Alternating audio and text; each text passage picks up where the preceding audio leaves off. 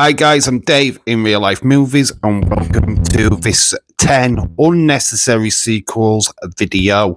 In today's video we're going to have a look at those films that don't quite fit in like either a trilogy or a franchise or even as standalone movies. Yeah, Hollywood has always been a place where people capitalize over the success of the first movie, and we're going to have a look at how bad some of the sequels are to the actual main profitable movies or box office successes. So without further ado, we are going to have a look at 10. They're in no particular order. There's no order of which is good or which is bad in this list, just that, you know what, they're just cash grabs, basically. And we start off with one of the biggest cash grabs of them all, and that is Grease 2. Obviously, Grease came out in 1982. John Travolta, Olivia Newton-John. It was a fantastic musical, looked at 1950s, 1960s America and school life. Obviously, very dramatical. Musical as well, based off a popular Broadway show. This got a sequel in Grease 2.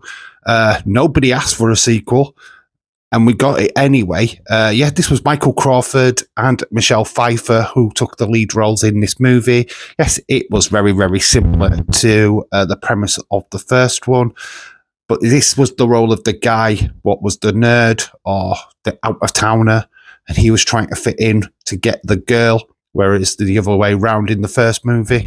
Yeah, instead of cars, it's now motorcycles.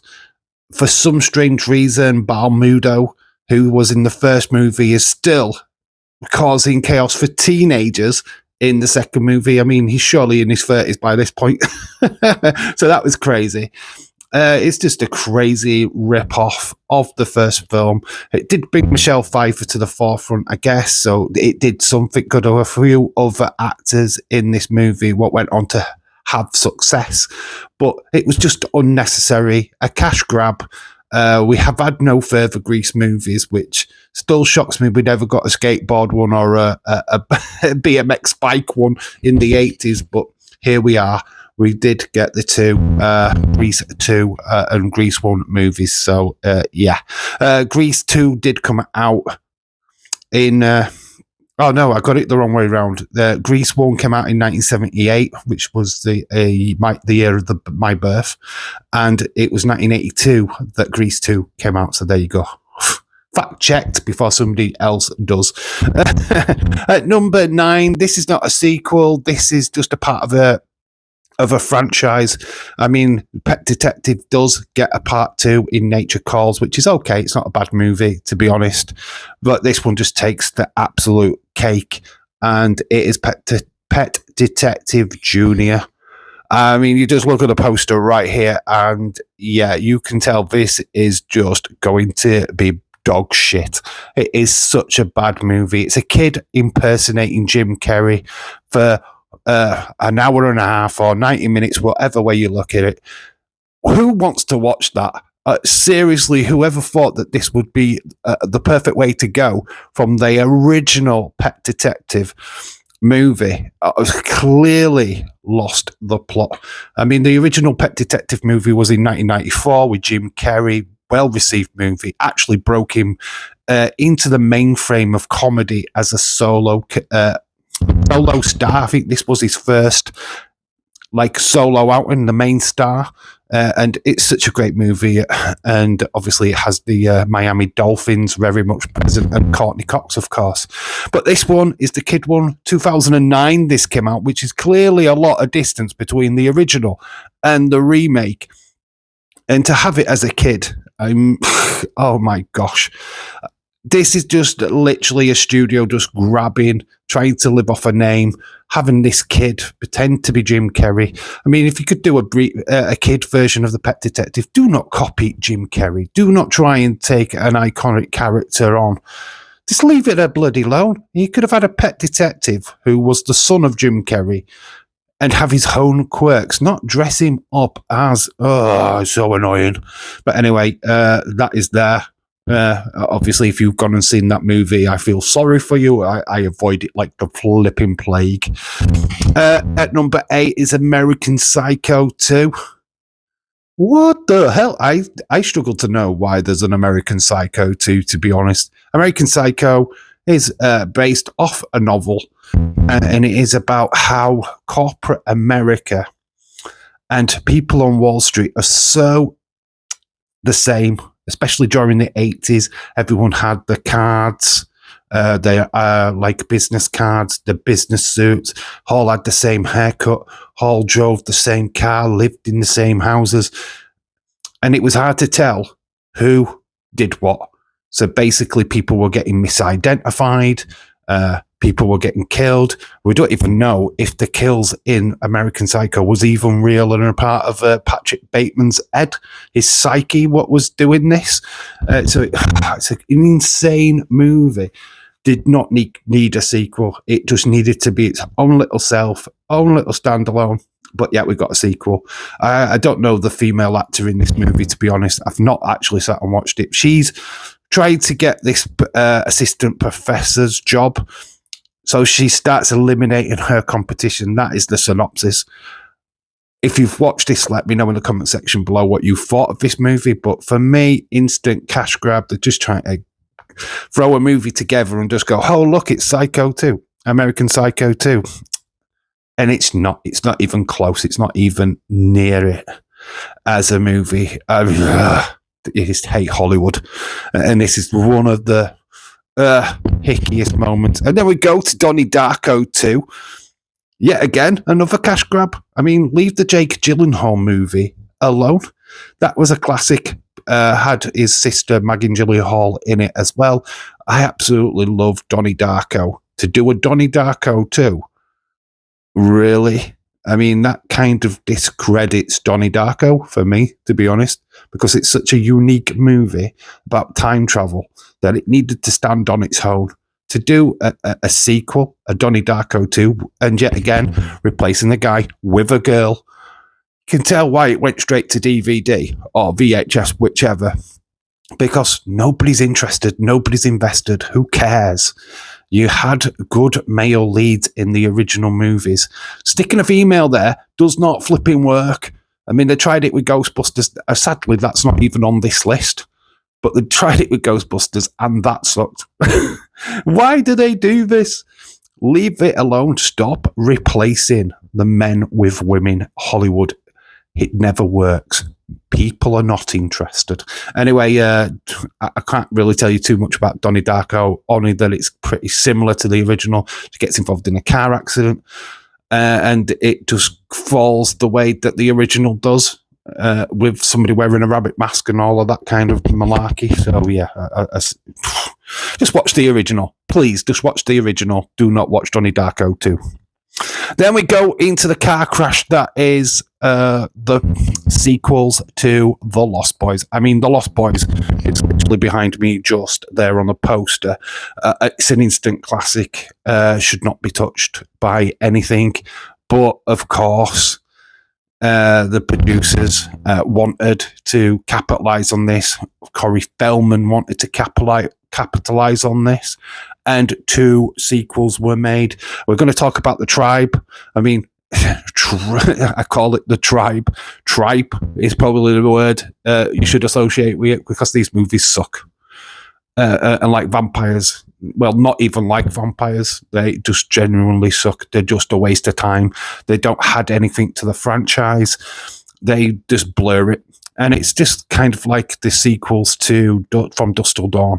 I mean, there's several sequels to that movie, which just don't bother watching. Just stick with the originals of these movies, please. If you have watched The Lost Boys Tribe and you liked it, well, fair enough. But is it needed? Is it necessary? Absolutely not. I think we've got everything we needed to know about The Lost Boys. The fun fact about The Lost Boys movie, it was actually based on Peter Pan. Yeah, it's about the lost boys of Neverland and what would happen to them if they were brought back from Neverland, or they never left Neverland, or they lived in an abandoned hotel at the side of a cliff. So yeah, it was definitely a more darker version than Peter Pan, which is insane when you think about it, but it does make sense with the name being Lost Boys, because it was always Peter Pan and the Lost Boys. So there you go. I bet you didn't know that. Interesting fact of this video. We go to number 5, which in 1994 we had the classic That Is Speed, which Keanu Reeves, Sandra Bullock, and we also had Robert Duvall, who was it was Dennis Hopper, actually. Dennis Hopper was the bad guy. Quick Quo Pro came from this. And we had him disappointed that he only got a flipping golden watch from retiring from the LAPD police or whatever it was. Anyway, but cut a long story short, it was a speeding bus which couldn't go under a certain speed. It had to keep on going or it would blow up and kill everybody on it. Obviously, that was a successful premise. Keanu Reeves, obviously, great actor, and this shot Sandra Bullock straight into the mainstream. But what this also did is in 1997 brought the cash grab, as they decided to do Speed 2 Cruise Control. Speed 2 Cruise Control. Basically, we haven't even got Keanu Reeves reprising in his role. We've got Sandra Bullock back, and we've thrown in Jason Patric, who was from Lost Boys, what we've just talked about, and they're on a cruise. And now the cruise ship has got this thing on it, which if it drops below a certain speed, it's going to blow up. Oh my gosh. So we kind of ended up back with the same premise of the first movie, but with a cruise. So there you go. Yeah, it's completely skippable. Don't bother watching it because it's just a carbon copy of the original movie. If you're going to watch Speed, watch the first one with Keanu Reeves. Have a blast with that and forget this movie even existed. Now we're talking about number 4 on the list. And oh my God, I can talk about an hour about this movie. But it is Nightmare on Elm Street Part 2, Freddy's Revenge. It is the ugly sister of the franchise, other than obviously Freddy's Dead, which that's beside the point. At least that had nightmares in it. This movie was never meant to be made. Wes Craven wanted Nightmare on Elm Street to be a solo project, wanted it to be a standalone movie, didn't want any sequels to it, but it was Robert Shea, executive producer at New Line, what wanted a franchise, wanted to compete with the likes of Halloween and Friday the 13th. So he went ahead and made Nightmare on Elm Street Part 2. He even didn't want to include Robert Englund. He said that a stunt actor would be good enough to play Freddy, which is absolutely bizarre and insane as we look back at this movie now. Pardon me. It's just absolutely insane that you had the Nightmare on Elm Street movie, which was made so iconic by Robert Englund, that you wouldn't even include him in this movie. They do bring him back after realising that after one of the death scenes, it was really early on in the movie, the shower scene, and the actor who played Freddy in that was so flipping wooden that they just, we have to get Robert Englund back. So he got back inserted into the movie. The fact that we didn't even follow any of the original cast from Nightmare on Elm Street, so there's no Nancy Thompson, played by Eva Landenkamp. There's no John Saxon, who played her dad. This is a complete different cast. The only similarity was the house, and that was the only thing that was kept from the original. And of course, Freddy. The fact that there's only one dream sequence in this entire movie, which is about nightmares, is the opening bit. The rest is Freddy taking over Jesse and using him as an avatar to do his killing, which just defeats the whole object of the original movie. I think obviously now it's now beloved because of the homosexual undertones, the obvious, let's just say, the probe game in the bedroom, the girls are not allowed on the door. you'd rather sleep with me than spend a night in a cabana with a beautiful blonde. You know what I mean? Kind of lines like that were just thrown in there. And it just had this homosexuality undertone to the entire movie. Now it's an instant classic. It's a cult classic, absolutely regarded as the breakthrough LGBT plus horror film. It brought us the first ever male scream queen in Mark Patton, who had his own wars with this movie because he wasn't ready to come out as a gay actor at this point. So this really hampered him, and he didn't want it, and it caused him so many problems with his family.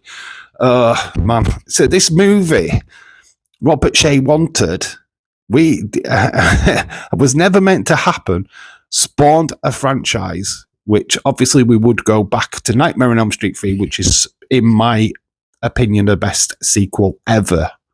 And probably may even be the best Nightmare on Elm Street movie of all times, but that's for debate. But yeah, Nightmare on Elm Street 2, I absolutely love it. Anyway, it's a cult classic now. It has definitely grown in stature. Probably the last scary Nightmare on Elm Street movie as well. But at the time, so poorly received, although it did break the box office. It beat Nightmare on Elm Street Part 1. Of course it would. But people just left with that bitter taste in their mouth once they'd watched this movie. And that's why it's made this list. Now we go on to a fun little adventure, so to say, because the next two are extremely weird. So at number 3, we have Mannequin 2. On the Move. Mannequin 2. Does anybody remember Mannequin? that quirky 1987 film about a guy what falls in love with a mannequin and she comes alive at night. And I mean, obviously Starship created a hit song over this movie.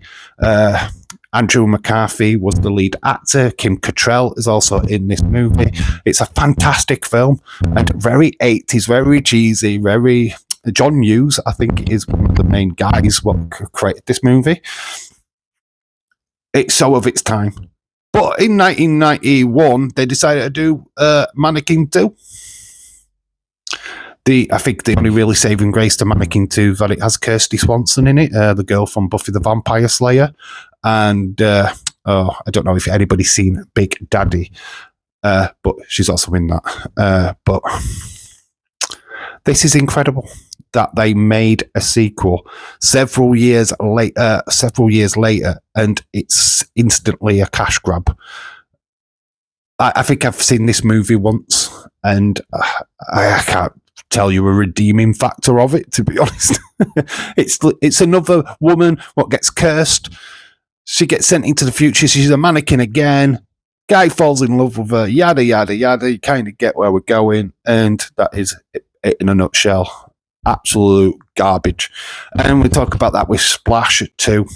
Yet again, popular movie, Disney movie, Splash, starring a beloved Tom Hanks, Daryl Hannah, John Candy, Eugene Levy, there we go, from American Pie. All starring this fantastic comedy, very low-key comedy as well. I don't remember it actually being a huge movie when I was a kid. I just remember watching it and thinking, God, imagine you found a mermaid. Wow. But yeah, they did Splash 2. So the original came out in 1984. The remake came out in 1988, and I can't tell you a single person what's in this movie. I do not recognize the actors. Apparently, it's roles reversed, where the man who has been living in the oceans wants to go back home, and they go back to life, try to be normal. So she then has to develop legs and all of that kind of crap. And yeah, you can kind of tell it's these kind of movies just absolutely suck and are straight to DVD. I mean, yeah, I've seen Mannequin 2. I have seen Splash 2. But they do not show up on any platforms, right? You're not going to find them on your streaming networks. I don't even know if you can find them for free on YouTube. You might have to check on that. But this is how great they are. They only exist on physical copies. So yeah, good luck in finding them, but they do exist. Honestly, Google search them for yourself if you don't believe me. Number one, the last one on this list. I mean, honestly, there's so many sequels, bad sequels. We could do an hour-long video, but we're going to restrict it to around about 22 minutes, whatever. And it's Son of the Mask. I mean, I know, Son of the Mask. What the flip? Decided that this would be a good movie. And when we had the Mask, Jim Carrey, legend, right? Facial expressions, delivering comedy lines, and all of that good stuff. Why did we need Son of the Mask? This is a kid's movie, just like Pet Detective Jr. But yeah, this got Jamie Kennedy, more notably famous for Scream. He come in, he's got his son, they get the Loki mask, and his son gets magical powers, and it's all very kiddified. We've got really bad visual CGI effects. We even get Milo the dog back with the mask again. Oh, my flipping days. What people will do to just get a quick buck. And this is literally what it's all about. This movie absolutely stinks and tanks. And I can't. Without swearing, honestly, these I think pretty much nearly every single video on film on this list is avoidable. I will say quickly though, I have a fascination with Grease 2. Michelle Pfeiffer is my all-time favorite female actress. So seeing her do Cool Rider in that film is especially very fond to me. So I actually liked Grease 2 and I do actually own a physical copy of that. And obviously Nightmare on Elm Street Part 2, you've got to have Part 2 to do any kind of movie marathons. And like I said, that has literally changed over the years. It's now got a big, massive cult following, massively because of the LGBT plus community and their responses to it. Having the first male scream queen is obviously a nice tag for that movie as well. Let me know if you've seen any of these movies on this list. Can you think of any really dodgy sequels? Stick them in the comment section below, because we could be doing a part 2 to this. There is so many bad sequels out there, and films that just don't fit into trilogies or to the franchise. I mean, we could have a look at Friday the 13th. We could look at Halloween. We could also look at Mission Impossible, any of them, where there's just that one film that just does look completely out of place and yeah, unnecessary. So that is my 10 unnecessary movies. Have your say in the comment section below, and yeah, hopefully I will see you again real soon. I've been Dave in Real Life Movies. You guys have been awesome. Until the next time, I'll be back.